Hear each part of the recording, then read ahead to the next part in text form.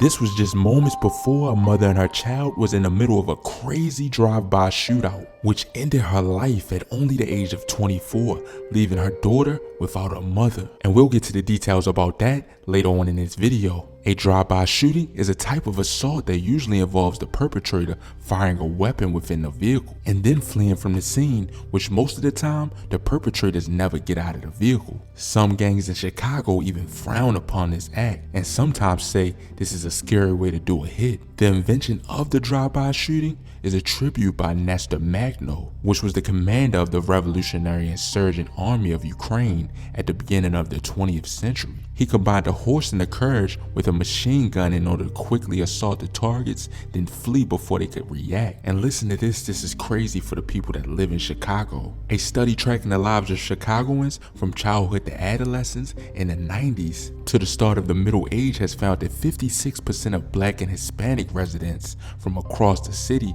will witness at least one shooting by the age of 40, whereas the white residents were exposed to gun violence at less than half the rate. But now let's talk about this crazy somewhat of a drive-by shooting that involved a police officer unattendedly. This all went down on May 31st, 2023, around the nighttime hours of 9:15 p.m. An off-duty police officer was driving through an alley in the 2000 block of West Maple when he came upon some garbage cans in his way. He then got out of his vehicle to move the trash cans, and then when he got back into his vehicle, he was approached by 5 individuals, and some of these guys were actively armed. And moments later, these guys began to open fire on him when he got back in his car. The off-duty officer then began to shoot back as the alleged gang members opened even more fire at him. After the second round of gunfire, the officer was able to drive off. He then pulled over and called 911, letting them know that he was a police officer and he'd been shot. Hey, what's up? I'm a police officer. I just got shot by these gangbangers. What's the location? The location is Maypole and Levitt. It's block west. I'm not sure. Stay on the line, sir. Hold on. What's up? Hello, fire department. Hey, how you guys doing? Hey, they shot me. I think that it bounced off. I don't think I'm hit, but I don't think it bounced into me. All right, where are you at? But I'm on Levitt and Maypole. I don't know if I want to call it 10-1 or not, but they shut up my truck and they shot me. I'm sorry, are you a PRU officer? I'm a PO. My start number is 1. Listen, we got him on the way. My start number is 15638, and they shot me up, and they're like a block west of Levitt. Okay, listen, we got him on the way. Levitt and Maypole, okay? He was then taken to Stroger's Hospital and listed in fair condition with a graze wound to the arm. This goes to show you how paranoid these gang members be and will open fire on anybody that looks like a threat. This next incident involved a baby waving and smiling at the drive-by attackers just before they took out her mother. It was May 28th, 2019. Shortly before 9 a.m., a silver Impala creeped down the street, right in the 1200 block of North Mason, while 24-year-old Brittany Hill was holding her 1-year-old daughter. As the silver Chevy Impala drove past and started to open fire, which was 23-year-old Eric Adams, who was driving, and 39-year-old Michael Washington, who was firing from the passenger seat. Brittany Hill was struck immediately by one of the bullets in the abdomen, but was able to keep holding her child and then turned to shield her baby from further gunfire. Brittany Hill then somehow staggered away and fell behind a parked car. The guys that was on the block with Brittany Hill then got her into the car, drove her to the hospital where she later died from her injuries. The 1-year-old baby survived without any injuries, thank God. Once Washington and Adams left, prosecutors say the 23-year-old father could be seen on surveillance chasing down the car and firing shots at him. But listen to this is crazy. On the same day, both of the men arrived home around 2 p.m. They were driving the same car alleged in the shooting, as well as wearing the same clothes. These guys were taken into custody 5 hours after the shooting. And if you want to see this full video, it will be on my site in the murder surveillance footage section. I'm seeing a cold-blooded shooting. But others continue to watch it on social media, including what happens next. Of a woman trying to protect her child. No.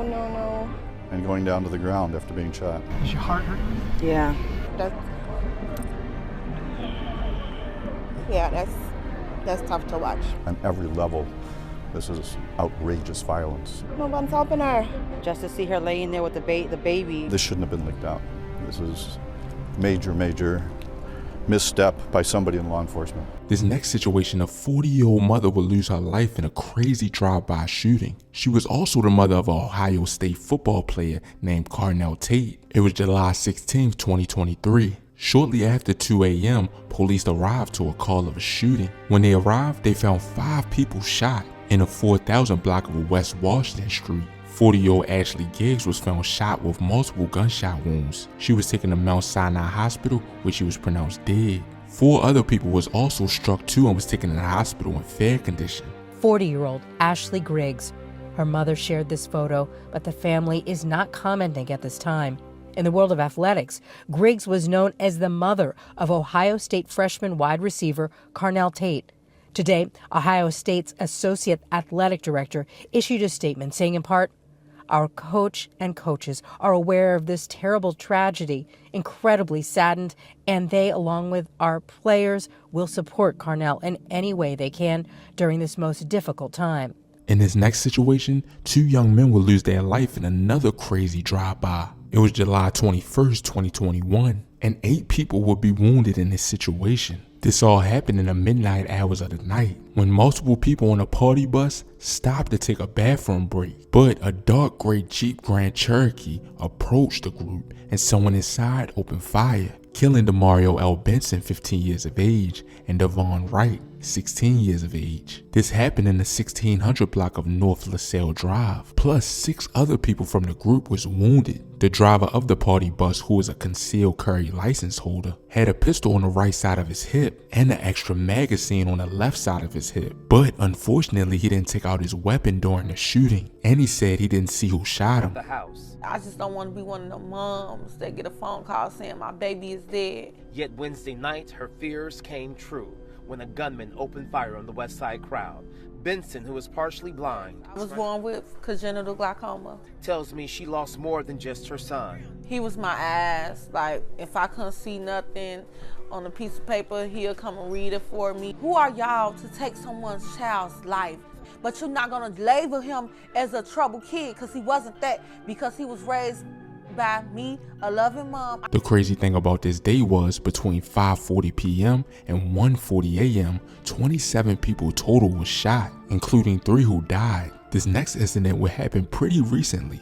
It would be October 3rd, 2023, and this CCL holder would actually fire back this time. It was around 2 p.m. when a CTA bus was under an underpass near West 47th Street when a passenger in an unknown vehicle fired shots in their direction. A tow truck driver got out of his truck and fired shots back, but the CTA bus driver was hit in the thigh and crashed into another vehicle. A victim named Hernandez was in his vehicle at the time, and one of the bullets actually hit his vehicle while he was sitting in it, but the engine blocked the bullet from continuing through, short from hitting him. The tow truck driver said the shooter took aim at him before he fired his own gun. Luckily, no one was killed in this situation, but this crazy drive-by involved innocent people. This next situation was a crazy unusual incident. It was around October 9th, 2023. Around 3:30 p.m., a guy of the name of Anthony Evans, 25 years of age, allegedly firing shots from a black Jeep, which hit a 24-year-old man in the thigh